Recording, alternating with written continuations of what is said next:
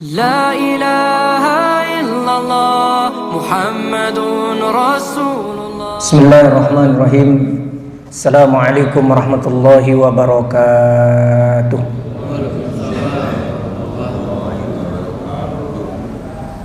Alhamdulillahi al-qawiyil majid, al-mudabbiri li khalqihi kama yasha'u, wa huwa al-fa'alu lima yurid. Asyhadu an la ilaha illallah wahdahu la syarika lahu al-waliyyul hamid, wa asyhadu anna Muhammadan abduhu wa rasuluhu ar-rasyadil wat tasdid. Muhammadan sallallahu wa baraka sallama alaihi wa ala alihi wa sahbihi alladhina hum ni'mal abid wat tabi'ina lahum bi ihsan wat tasdid. Ya ayyuhalladzina amanu taqullaha haqqa tuqatih wa la tamutunna illa wa antum muslimuna. Qala Allah Ta'ala: wa likulli ummatin ja'alnaha mansakan liyadhkuru ismallahi 'ala ma razaqahum min bahimatil an'am. Tsumma qala: fasalli li rabbika wanhar. Tsumma ma ba'du. Bapak-bapak haji, ibu-ibu hajah, jamaah Masjid At-Taubah Villa Pamulang yang dimuliakan Allah, mari kita awali dulu dengan mengharapkan kebarokahan dari nama Allah, yaitu basmalah. Bismillahirrahmanirrahim. Atas nikmat yang Allah curahkan kepada kita, maka sudah menjadi keharusan bagi kita untuk mensyukuri semua itu. Ada diberi, ya banyak-banyak syukur. Sedang pemberiannya juga tetap banyak-banyak syukur. Dan bahkan derajat tertinggi seorang hamba itu tidak diberi pun dia bersyukur, karena pada hakikatnya itu kan asumsi atau anggapan dia saja tidak diberi, padahal keberadaannya di dunia ini sudah diberikan oleh Allah Subhanahu wa taala. Maka kalau merasa pun seolah doanya belum dijawab atau apa yang diharapkan belum wujud, itu sebenarnya sudah diberi oleh Allah juga. Terserah Allah apakah didiamkan atau diganti yang lebih baik atau ditunda, maka tetap juga kita syukur. Mari kita ucapkan kalimatus syukri hamdalah. Alhamdulillahirabbil alamin. Alhamdulillahilladzi bi ni'matihi tatimmus shalihatu. Salawat dan salam mudah-mudahan tercurah kepada Nabi Muhammad sallallahu alaihi wasallam, juga untuk seluruh keluarganya, para sahabatnya, dan mudah-mudahan juga Allah limpahkan rahmatnya untuk kita, keluarga kita, saudara, kerabat, jiran, tetangga, sahabat, teman, kawan, dan segenap kaum muslimin. Lahir batin kita, dunia akhirat kita terus dirahmati Allah Subhanahu wa taala. Amin ya rabbal alamin. Dan kita pun berkesempatan mendapatkan asy-syafa'atu al-uzmatu, doa pertolongan dari Nabi sallallahu alaihi wasallam kalau kita tidak baik-baik saja di akhirat nanti. Dan mudah-mudahan Allah memperhitungkan kita termasuk hambanya yang berkesempatan mendapatkan syafaat tersebut. Amin ya rabbal alamin. Bapak-bapak haji, ibu-ibu hajah sekalian, beberapa hari yang lalu Bapak Haji Endro ngubungin saya. Jadi tadi akhirnya diumumkan beliau Al-Fadil berangkat haji menjadi pembimbing. Mudah-mudahan bapak-bapak, ibu-ibu yang ada di sini diberi kesempatan Allah sebelum tua berat, sebelum wafat, sebelum ketemu Allah yang sesungguhnya lewat ajal kematian, maka bertemu Allah di rumahnya Baitullah Al-Haram dalam rangkaian ibadah yang lebih besar namanya haji. Amin ya rabbal alamin. Hajinya mabrur, berkualitas dan makbul, diterima Allah semuanya, rukunnya, syarat sahnya, sunnah-sunnahnya, wajib-wajibnya, jauh dari segala pelanggaran-pelanggaran ibadahnya. Minimal ada istilah fikih itu haji kecil, ya, haji saghir, namanya umroh yang makbulah mabrurah. Amin ya rabbal alamin. Ini semuanya mudah-mudahan ya yang sedang berproses ini ke tanah suci. Sebentar lagi hari Tarwiyah, lebih kurang hari Kamis tanggal 8, siap-siap lagi untuk ihram, pelaksanaan ibadah hajinya, ya. Kemudian berniat ihram dari mikot tempat berniatnya, kemudian berpakaian ihram lagi, kemudian menuju di waktu duha wilayah Mina sampai nanti waktu duha tanggal 9 baru bergerak menuju Arafah, begitu ya. Siap-siap untuk puncak dari ibadah haji adalah al-hajju arafatun, berdiam di lapangan Arafah untuk ya doa, zikir, baca Quran. Yang belum ada di bahasa ulama itu sholat-sholat sunnah, itu tidak ada di situ ya. Wirid, selawat dan salam, apa sajalah ya kegiatannya sampai terbenam matahari di tanggal 9 Dzulhijjah sampai masuklah 10 Dzulhijjah. Nanti bergerak ke Musdalifah, bermalam di situ, sholat maghrib dan isya, gitu ya, dan seterusnya dan seterusnya. Mudah-mudahan semua hamba Allah yang sedang bergerak untuk melaksanakan ibadah haji dan umroh sehat walafiat badannya, jiwanya, hati, pikirannya, kemudian dimudah lancarkan semua ya proses-prosesnya, istiqomah dalam segala potensi dan peluang kebaikan di sana ya. Tidak adalah hambatan-hambatan. Walaupun yang haji furodan ini belum tahu nasibnya, ini kasihan ya. Ada ya 30-an, ada yang 50-an, ada 70-an orang gitu. Karena terserah itu. Kerajaan Saudi itu dia memang unik-unik. Kebijakan atau regulasi kerajaan Saudi itu unik.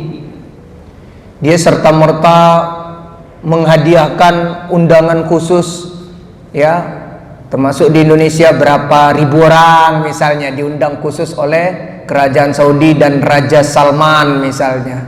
Jadi tamu Allah untuk ibadah haji. Dia bisa mendadak gitu. Bisa aja sebelum tanggal 8, tanggal 7 sehari, wah kita dibuat kocar-kacir tuh buat visa apa segala yang ngurus. Terserah dia itu. Ya. Gitu ya. Ya, pokoknya kalau sudah ada niat, sudah ada ikhtiar upayanya pembayaran, itulah kata para ulama. Kalau kita lihat risalah masalah haji itu, yang namanya haji mabrur itu tidak mesti orang itu berangkat haji juga. Ada kalanya dia meninggal di tahun itu dan tahun sebelumnya, tapi udah mendaftar, ya sudah dapat mabrurnya itu. Karena mabrur itu berkaitan dengan amal hati dan amal fisik. Amal fisiknya kan belum dikerjakan, tapi pembayarannya kan sudah. Hanya saja karena waiting list, daftar tunggu gitu. Coba kayak dulu sebelum ada 15 tahunan itu, kalau membuka kota itu sekarang 25.500.000 nunggu 15 tahun. Kalau dulu kan enggak ya, sekitar masih tahun sampai 2008-an, bayar 21 juta langsung berangkat tahun itu. Itu bukan haji plus reguler itu yang 40 hari negara itu. Ya semua juga kan pengennya bayar tahun itu, berangkat tahun itu. Tapi masalahnya kerajaan Saudi sebagai panitia penyelenggara di sana agak kewalahan, dan dia sudah membayar relawan dari banyak negara termasuk Indonesia melalui Kementerian Agamanya masing-masing, kan banyak petugas-petugas di sana. Tapi memang ya agak kewalahan kelihatannya, makanya diberi kuota. Beda dengan umroh, khususnya umroh Ramadan itu orang lebih banyak daripada haji. Nggak ada kuota kalau umroh itu. Umroh Ramadan itu lebih banyak jumlahnya dari haji manusia di sana. Tapi kan umroh itu satu tempat doang di Masjidil Haram. Kalau haji itu ya pertama kalau umrohnya untuk haji di bulan haji di Masjidil Haram. Kemudian nanti tanggal 8 ke Mina. Tanggal 9 duha ke Arafah.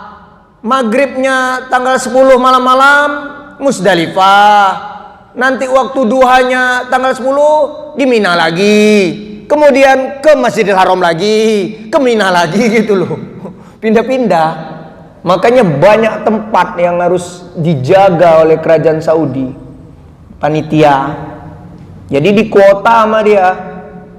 Tapi sebenarnya Indonesia ini bertambah terus loh kuotanya, karena apalagi pasca pandemi kan, kemarin pandemi tambahlah tertunda sekitar 2 tahun, 2020, 2021. 2022 mulai agak dibuka, tapi umurnya nggak boleh yang di atas 50, 2023 baru bebas lagi kan, begitu.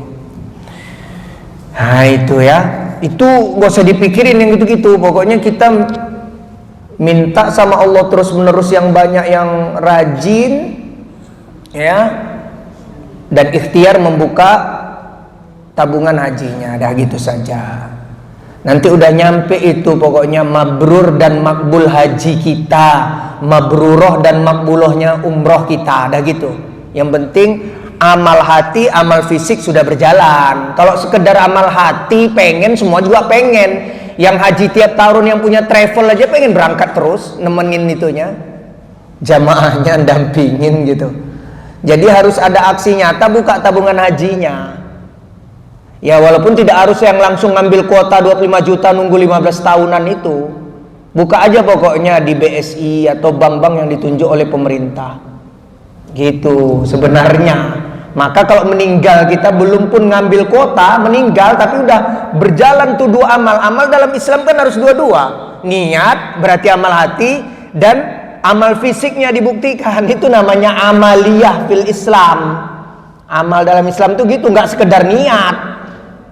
Nggak juga sekedar fisik tapi nggak pakai niat, itu pun nggak diterima. Innamal a'malu binniyati gitu.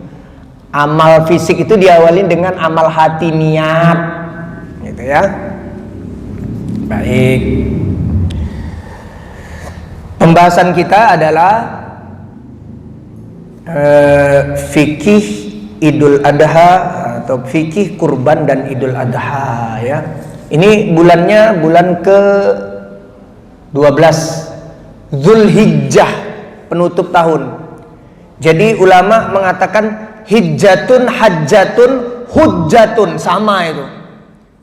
Jadi mau kasroh hijjah, mau fathah hajjah, mau dhammah hujjah.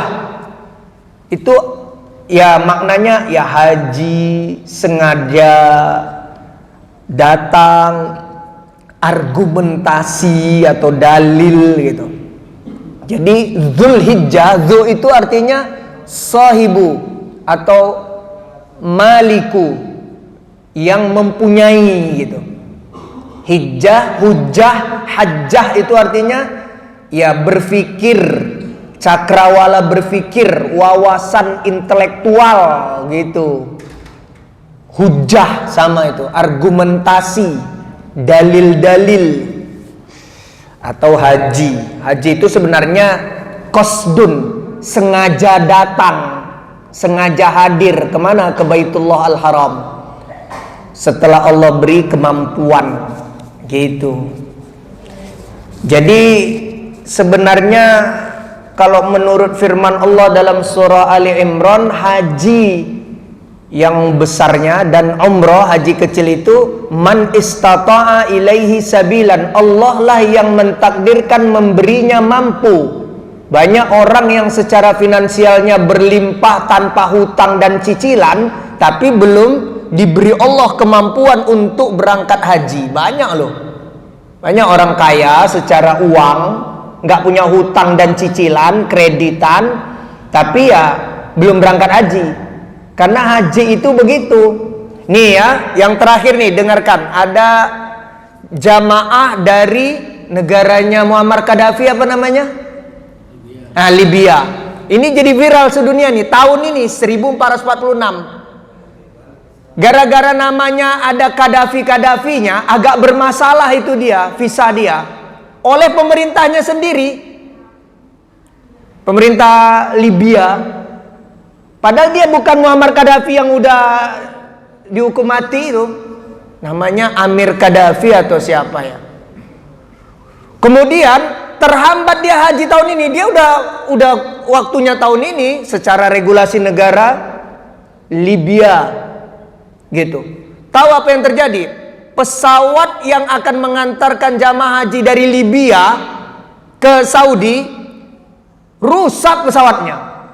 Di udara udah terbang, rusak, baru terbang, takut kembali lagi ke bandaranya di negara Libya tersebut. Diperbaiki. Orang ini nuntut, dia minta ya, kalau kita di sini LBH, Lembaga Bantuan Hukum, si Amir Gaddafi ini. Loh kok saya? Kenapa? Wah ini masih diurus gini. Pesawat itu diperbaiki, udah agak mendingan. Terbang lagi, rusak lagi di udara. Ini fakta ini sekarang tahun ini lagi viral nih. Lu rusak lagi di udara, takut jatuh, balik lagi ke bandara di Libya. Akhirnya pilot pesawatnya bilang, itu orang yang dianggap bermasalah karena namanya ada Gaddafi-Gaddafinya, kalau tidak naik pesawat ini, saya nggak mau pilotin pesawat ini, kata pilotnya. Qadarullahnya, akhirnya diizinkan juga dia berangkat pakai pesawat itu dan landing sampai di Jeddah dengan selamat, nggak ada apa-apa pesawatnya. Begitu Allah itu kalau udah memberikan kemampuan, pesawat nggak bisa berangkat. Itu satu kloter kan 400-an orang itu. Itu mungkin kalau dipaksakan sama pilotnya terus, dia nggak balik, 2 kali itu kejadian bolak-balik. Masya Allah, mungkin ya meninggal itu satu pesawat, itu jatuh itu pesawat. Walaupun ya mabrur semua itu. Begitu. Allah itu memberi kemampuan, makanya kita minta sama Allah itu ya, supaya Allah beri mampu. Mampu itu tidak ukurannya finansial. Banyak. Jadi kalau kata guru-guru kami itu haji itu ya ada 3. Ada haji nisab, ya udah nisabnya karena dia udah bayar panjang. Ada haji nasab, memang keturunan orang kaya, keturunan Pak Haji, keturunan juragan. Ada haji nasib, ya gak ada duit sama sekali, nggak ada buka rekening haji, dia ajak sama orang haji gitu. Nah itu haji nasib namanya itu, ya gitu.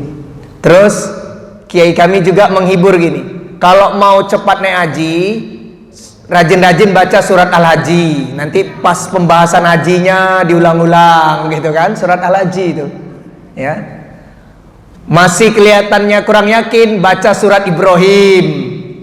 Nggak yakin juga, mainkan surat Tanah.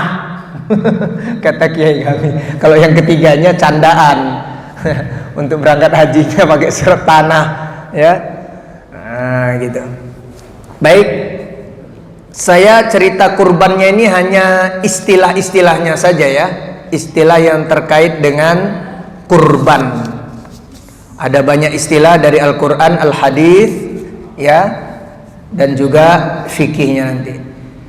Jadi kurban itu, kurban, qaf, ra, ba, alif, nun, itu ya. Itu asalnya qaruba yaqrubu kurban, jamaknya qarabin. Gitu. Ada seorang ulama namanya Al-Imam Al-Kisai, wafat tahun 189 Hijriah. Jadi dia menjelaskan, ini ulama lugawiyun, pakar bahasa. Jadi istilah kurban adalah nama suatu amalia ya di dalam Islam dalam rangka taqarruban ilallahi ta'ala, untuk mendekatkan jiwanya, hatinya, dan jasadnya, ya, mendekatkan hubungannya kepada Allah Subhanahu wa taala, baik dalam bentuk nusuk, menyembelih hewan, ataupun amal yang non nusuk, tidak penyembelihan. Jadi sebenarnya kurban itu semua amal dalam Islam. Kayak tadi sholat subuh itu kurban namanya itu. Kan dalam rangka taqarruban ilallah kita sholat itu. Mendekatkan jiwa dan raga kita kepada Allah. Begitu.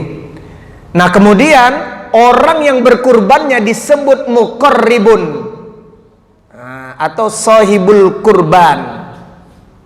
Itu ya dijelaskan. Artinya orang yang berusaha dengan amaliyah Islam, dengan sunnah nabawiyah mendekatkan jiwa dan raganya kepada Allah. Nanti kalau spesifik kurban itu dengan nusuk menyembelih hewan kurban, maka orang yang menyembelihnya disebut mudhahi. Orang yang akan menyembelih hewan kurban di tahun itu, contohnya di tahun ini gitu. Jadi pengertian kurban secara umum tidak identik dengan hewan yang akan disembelih sebenarnya. Jadi kalau dibilang kurban, itu bukan bayangan kita bulannya Zulhijjah, kemudian menyembelih kambing atau domba atau sapi. Kalau di negara Arab tambah satu lagi unta. Itu tidak identik dengan begitu sebenarnya. Menurut Al-Quran begitu, menurut Al-Hadis begitu, dan istilah bahasa Arab juga begitu. Coba kita lihat kurbannya dua anak Adam, Habil dan Qabil. Kan si Habil itu tidak kambing, tapi hasil ternaknya, cuma yang buruk-buruk dipilihnya. Hasil kebunnya, ya, si abangnya itu, si Habil. Gitu, itu yang jelek-jelek. Sementara adiknya si Qabil, jadi Qabil tuh qabul, diterima. Karena dia ternak kambing, kambingnya yang gemuk. Nah, kambing itulah nanti yang disembelih oleh Ibrahim. Itu kambingnya kata ulama itu. Kambingnya si Qabil itu, anak Adam itu. Ya, yang jantan, tanduknya panjang, gemuk, tidak ada cacatnya sedikit pun. Gitu, yang terbaik. Itu yang dipersembahkan oleh Qabil dan diterima oleh Allah. Nanti itu yang diturunkan kembali, dan itulah yang disembelih Khalilur Rahman Ibrahim alaihissalam, menggantikan anaknya Ismail itu. Nggak jadi Ismail yang disembelih, tapi dombanya si Qabil itu. Nah abangnya kan kurbannya nggak hewan, jadi pokoknya segala yang dipersembahkan ya kepada Allah SWT itu namanya kurban. Jadi segala amaliyah taat, amaliyah solih di dalam Islam yang ada sunnahnya dari Nabi SAW, baik secara khusus maupun secara umum, ya, yang mana sifatnya mendekatkan diri kepada zatnya Allah, itu disebut kurban sebenarnya. Ya, karena intinya taqarruban, mendekatkan ya jiwa kita ini kepada Allah. Maka secara umum kurban itu semua ibadah yang mahdoh yang Allah syariatkan maupun ghairu mahdoh yang sifatnya aktivitas manusiawi kita. Ya, itu semuanya adalah kurban. Ini ada hadis ini dibawakan oleh sahabat Ka'ab bin Ujrah. Jadi salat kita yang wajib maupun yang sunnah, jadi imam atau jadi makmum, solatnya berjamaah atau solatnya sendirian, solatnya waktu siang ataupun solatnya waktu malam, itu juga disebut di dalam al-hadis itu sebagai kurban. Ini sahabat Ka'ab bin Ujrah meriwayatkan ini ya. Ini dibilang begini. Ada hadis yang berbunyi as-salatu kurbanun was-shaumu junnatun, gitu kata Nabi. Jadi solat itu adalah kurbannya orang-orang beriman, dan berpuasa itu adalah benteng bagi jiwanya orang-orang yang beriman atau perisai. Begitu ya. Kemudian ada pula ya, ulama kita, ini sahabat juga, Adi bin Thabit al-Ansari. Dia mengatakan kurban hadhil ummati as-salatu. Kurbannya yang terus-menerus dipersembahkan oleh umat Islam ini kepada Allah Subhanahu wa taala dalam rangka mendekatkan jiwanya kepada Allah, ya sholatnya itu, katanya gitu. Kata Adi bin Thabit begitu. Bahkan ada juga hadis ini lagi, ya, riwayat Ibnu Adi dan dari Anas bin Malik, innas salata qurbanul mu'mini, sesungguhnya semua solat yang dilakukan seorang muslim itu adalah kurbannya seorang mukmin, gitu. Jadi solat itu pun kita kurban. Jadi tidak harus identik dengan nusuk hewan kurban yang akan disembelih.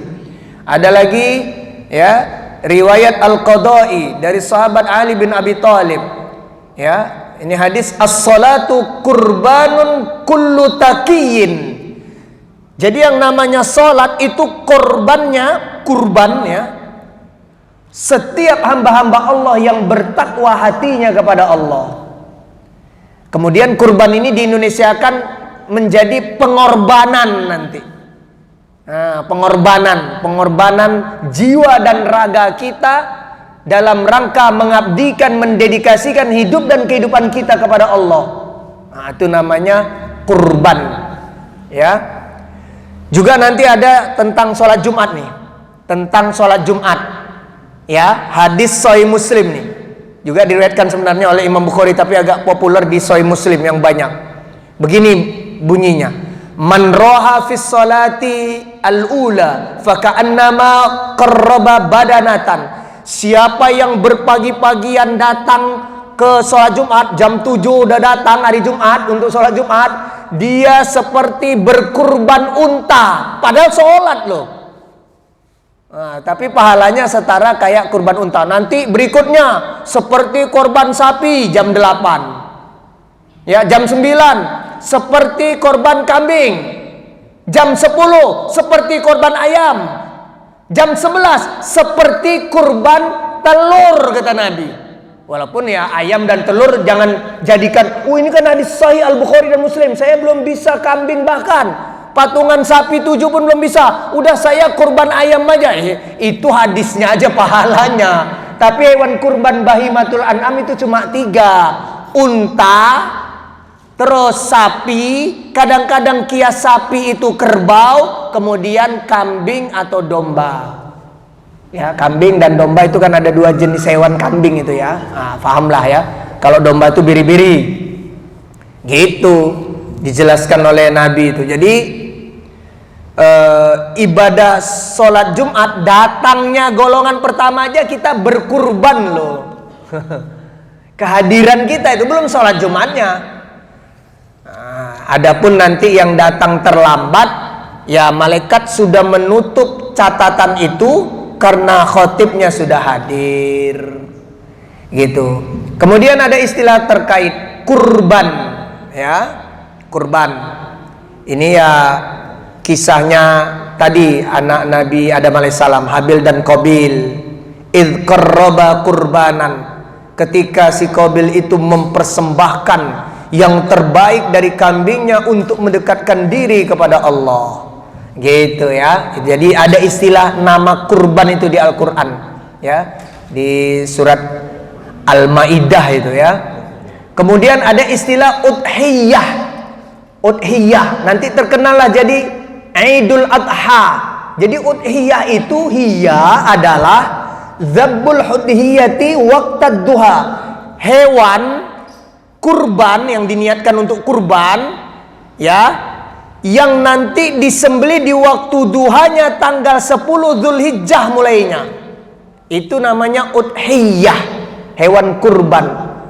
Kenapa udhiyah itu? Karena artinya itu udhiyah adalah ditampakkan kepada orang-orang.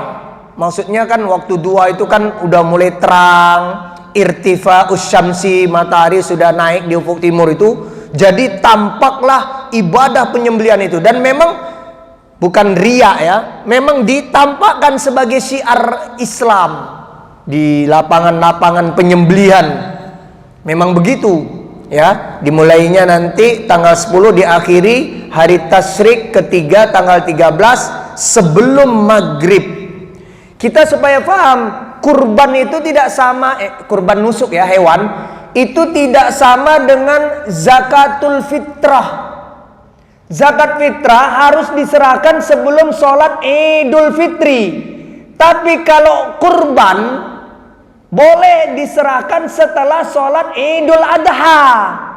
Karena kita tergantung rezekinya. Makanya selain tanggal 10, tanggal 11, 12, 13 Nabi katakan kullu ayyamit tasyrik, 3 hari tasyrik 11, 12 zabhun, itu juga harinya menyembeli. Mana tahu rezekinya setelah sholat Id, setelah tanggal 10 Hijriah, Dzulhijjah, baru dapat rezeki dia. Nah, itu tetap sah dikatakan kurban.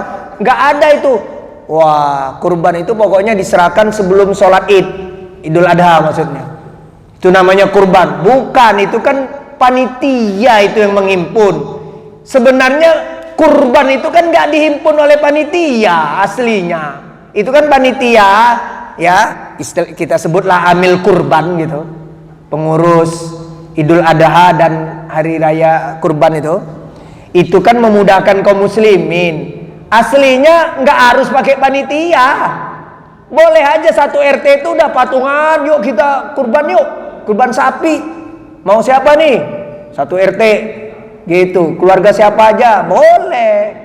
Atau satu rumah beli aja, cari aja kambing sendiri, udah sembelih sendiri, nggak harus di masjid, lapangan masjid maksudnya, enggak. Aslinya kan begitu. Cuma datanglah amil kurban, panitia memudahkan gitu. Kadang-kadang nyari hewannya juga warga itu agak kesulitan, ya kan. Terus nanti ada istilahnya lagi selain udhiyah, ya, istilah kurban itu hadiyu. Hadiyu itu adalah hewan kurban rangkaian ibadah haji. Aslinya haji tamattu, yang dia umroh dulu, kemudian dia melepas niat ihramnya, nanti tanggal 8 ihram lagi untuk hajinya. Jadi umroh pertama untuk umroh saja, nanti tanggal 8 ihram lagi untuk haji. Ya pokoknya begitu saja ya. Mungkin masih pusing dengernya itu karena kita belum ke sana gitu. Itu rangkaiannya kita juga dengan kurban minimal kambing, namanya hadiyu. Tapi lebih populer disebut dam. Sebenarnya itu bukanlah denda, memang rangkaiannya.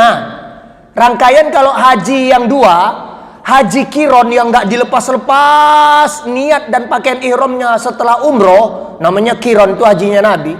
Dan umroh dulu dilepas niatnya, udah boleh bebas, nanti tanggal 8 ihram lagi untuk haji. Itu duanya itu, yang kedua tamattu namanya, senang-senang. Itu memang harus ada hadiyu, satu rangkaian. Hadiyu itu artinya hewan kurban rangkaian ibadah haji, bukan dam, bukan sanksi itu aslinya. Beda dengan haji ifrad, dia nggak pakai, ya nggak pakai umroh, dia ceritanya haji doang, dia di bulan haji, nggak ada umrohnya gitu ya. Kemudian nanti ada istilah zabhun. Nah ini zabhun ini ya hewan yang disembelih, ya hewannya, jenis hewannya. Kalau nahrun itu siarnya, fasolli li rabbika wanhar, nahar namanya. Setelah kamu sholat Idul Adha, siarkan penyembelihanmu. Nah bentuk siar penyembelihannya bukan hewannya, bukan menyembelihnya, tapi syiar bahwa umat Islam ada namanya ibadah atau ritual menyembelih hewan kurban, namanya nahar. Itu aslinya wanhar. Syiarkanlah itu bahwa kalian ada, ya, yang namanya ibadah menyembelih hewan kurban. Nah itu nahar namanya. Ada namanya juga nusuk, ya. Nusuk itu maksudnya eventnya, ya, momennya, eventnya. Jadi nusuk itu sebenarnya semua jenis ibadah. Kan ada kul inna sholati wa nusuki, ya, nusuk itu artinya semua ibadah. Tapi kadang-kadang nusuk ini adalah ibadah penyembelihan hewan kurban. Kemudian nanti ada istilah yang sama dengan kurban lagi, dam. Dam itu orang yang haji, orang yang umroh melanggar aturan-aturannya, dia harus menebus dengan menyembelih hewan kurban. Kemudian nanti ada namanya yang semakna ini, ya, qalaid, hewan yang sudah ditandain dari unta, sapi atau lembu, biri-biri atau kambing, ditandain, ya, untuk dipersembahkan kepada Allah, ya. Itu ya di lehernya, mungkin di badannya. Sebenarnya qolaid itu kalung artinya, dikalungin, ditandain, ya. Dan tidak harus bulan Dzulhijjah saja. Terus ada namanya al-budunu. Ini jenis-jenis hewannya. Al-budunu itu lebih identik hewan yang gede ukurannya. Jadi tidak harus unta, sapi yang limusin itu pun bisa dibilang al-budunu. Tapi dalam surat Al-Haji banyak ulama mengatakan budenah itu, badana diartikan unta, ya, unta. Jadi hewan yang dipersembahkan untuk disembelih di bulan Dzulhijjah tapi ukurannya besar gitu. Dan menyembelihnya juga dalam keadaan berdiri. Kalau unta itu berdiri, kakinya satu nanti diangkat. Unta nggak direbahin. Ya, yang direbahin itu sapi, lembu, atau kiasnya kerbau, kemudian kambing dan domba biri-biri gitu. Nah, kemudian ada lagi nanti, ini zaman jahiliyah dibatalkan Nabi. Ada hewan yang dipersembahkan khusus di bulan Rajab, tapi ini tradisi jahiliyah bukan Islam. Namanya al-fara'u wal atiratu. Ya, faro' dan atiro. Nah, itu juga mereka mendekatkan diri kepada berhala-berhalanya. Tapi dibatalkan oleh Nabi. Nabi bilang la faro'a wala atirata di hadis Al-Bukhari itu, ya, dan Muslim. Gak ada lagi sembelian khusus bulan Rajab, bulan ke-7. Itu ya, itu berkaitan dengan istilah-istilah, ya, istilah di bulan Dzulhijjah yang kita kenal nanti kurban itu, ya. Jadi banyak padanan katanya kurban itu. Paling yang kita tekankan saat ini adalah 10 hari pertama, ya, di bulan Dzulhijjah ini kita supaya banyak-banyak berzikir kepada Allah. Dan sebenarnya takbir itu dimulai dari tanggal 1. Kita populernya nanti tanggal 9, berarti hari Kamis. Karena kan hari Jumatnya kita Idul Adha, ya. Tanggal 9 hari Arafahnya. Sebenarnya sahabat tuh, Umar bin Khattab, anaknya Abdullah bin Umar, Abu Hurairah, itu dari tanggal 1 itu udah takbir ke pusat-pusat keramaian. Kalau dulu di pasar begitu, karena Allah yang merintah tadi itu dalam surat Al-Haji, wa yadhkurusmallahi fi ayyamin ma'lumatin.